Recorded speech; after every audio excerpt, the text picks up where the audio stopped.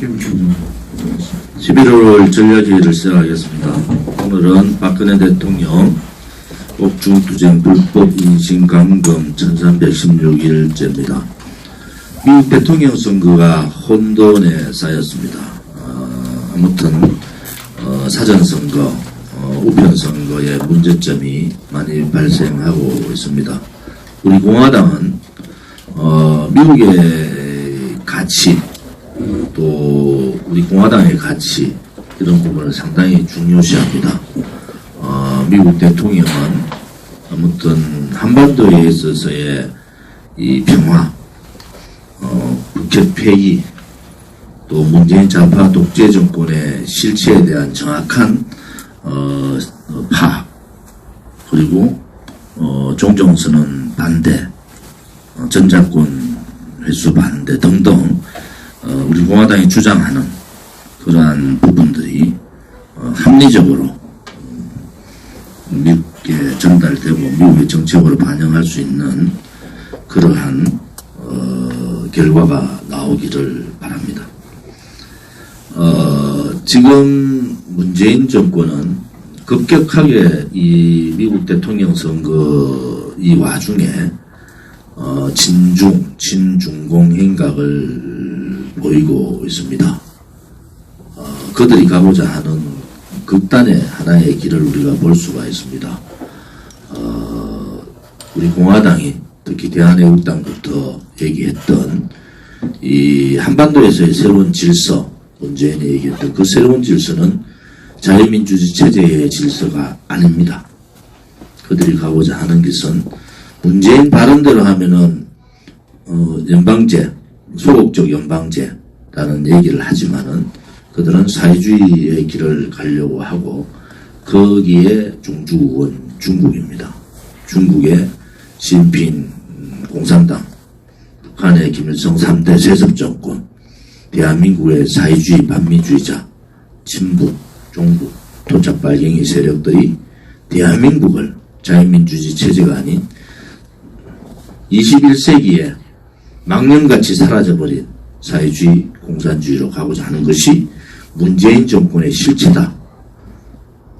그렇게 보면은 그들의 친중행각, 또 이낙연이 중국 대사를 불러서 중국 공산당과의 교류를 하겠다, 뭐 이런 얘기들을 하는 것은 그들이 가고자 하는 길을 보여주는 것이다, 이렇게 볼 수가 있습니다.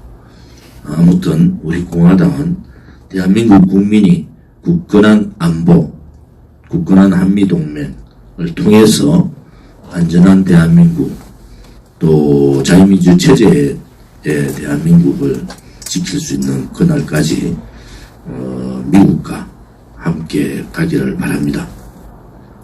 내일은 소위 말하는 바둑이 김경수의 항소심 선고가 있는 날입니다. 박근혜 대통령에 대한 국정농단에 대한 사법부, 헌법재판소의 법치의 농단은 그야말로 대한민국 사법부의 수치였습니다. 지금이라도 대한민국의 사법부는 김경수의 구속이 사법의 정의다라는 것을 실현해 주기를 바랍니다. 공모를 했는 드루킹은 지금 실형을 살고 있음에도 불구하고 김경수는 여러가지 상황의 법적 제재를 함에도 불구하고 도지사 역할을 수행하고 있습니다. 국민들은 똑바로 지켜볼 겁니다.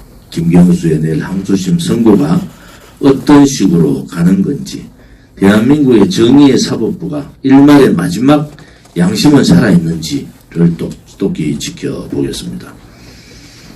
사법부에서 어떤 결론을 내리든 김경수의 구속은 국민이 살아있음을 보여주는, 사법부의 정의를 보여주는 그러한 길이다, 이런 입장을 밝히고, 우리 공화당에서는 오늘 토요일 기자회견을 통해서 김경수 바둑이 김경수의 즉각적인 구속을 요구하는 기자회견을 갖도록 하겠습니다.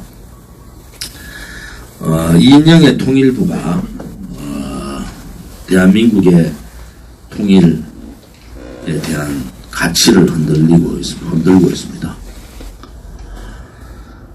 지금 통일부의 행태는 통일부가 아닌 북한의 이중대 통일부다, 이렇게 볼 수가 있습니다. 대남 전략에 앞장서고 있는 통일부의 행태에 분노를 금할 길이 없습니다.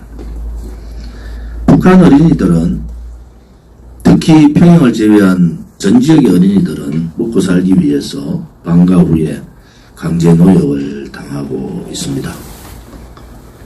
통일부는 이 강제 노역을 방과 후 활동이라고 얘기를 합니다. 북한의 체제에 대해서 이렇게 무지몽매한 자들이 통일부 장관을 하고 있다는 데서 개탄을 금할 수가 없습니다. 북한 주민 통제 수단인 총화를 하루를 되돌아보는 시간이다, 이렇게 얘기합니다. 총화는 북한 주민을 통제하고 감시하기 위한 수단입니다. 그것을 주민들이 모여서 자아 비판을 하고 서로가 서로를 감시하고 부모가 자식이 부모를 감시하는 이 총화를 하루를 되돌아보는 시간으로 표현하고 있는 통일부의 행태에 분노를 금할 길이 없습니다. 대한민국의 통일부는 이미 무너졌습니다. 대한민국의 통일부가 진정으로 자유민주주의 통일을 원하는 것인지, 그렇지 않으면은 김일성 3대 세습 정권의 공산주의, 사회주의 통일을 원하는 것인지 이제는 국민들이 똑바로 지켜볼 필요가 있습니다. 노영민 비서실장의 살인자 발언, 광화문 집회 참가자들이 살인자다, 이렇게 당당하게 발언하는 것을 보고 문재인 좌파 독재 정권과 청와대의 인식을 분명히 볼 수가 있었습니다.